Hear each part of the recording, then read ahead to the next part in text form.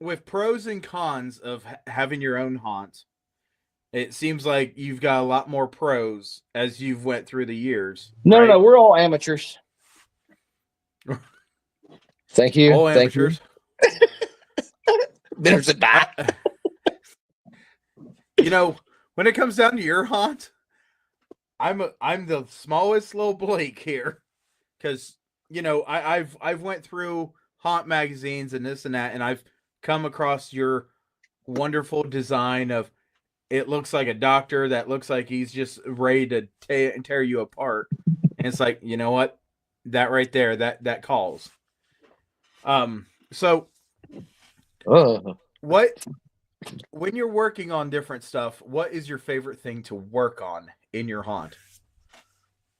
Scene setting up scenes. Um, I I like to, if whenever the guests walk into the room, it feel like it's that room.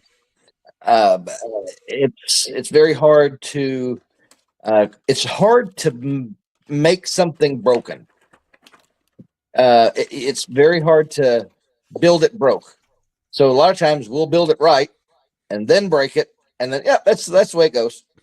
Um, Maybe south of the river, but up here it gets built however it gets built, well, well, and it's it's just usually broke.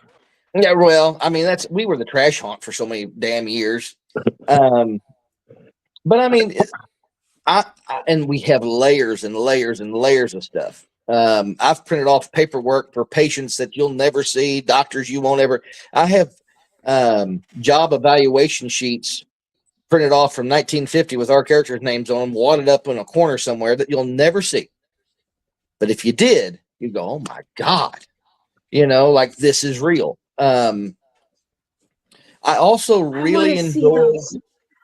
Oh yeah, yeah. But anytime you come by, grab a piece of paper, and it's something to do with the hospital. Anytime that you grab it, it's not just some watered up piece of paper. It has typing on it. Everything tells a story. Yep, yep. That's yep. And And I've been then down there, and I never known that. I knew the cigarettes in the ashtray on the desk back there was Charlie's and them's, but so that's my security scene. I've got a guy who he's a dummy and he shot himself. His brains are blown out.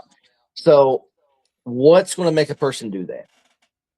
So the scene, I've got TV screens in front of him. He's got a big ashtray, and the ashes are a foot high. He was sitting there contemplating what's going to happen. There's a bottle of whiskey on the table, and he's handcuffed himself. He's not leaving.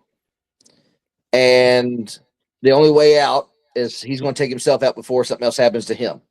Now, that's a story about a dummy that you pass in less than 2 seconds. yeah. But if anybody looked over and saw that, it'd go, "Oh man." So I mean, that's the type of stuff that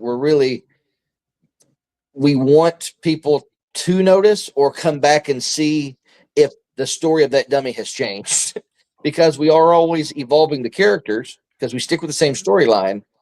But our rooms change, characters evolve, different chapters of that story are found, and then we start exploring that rabbit hole and go over here.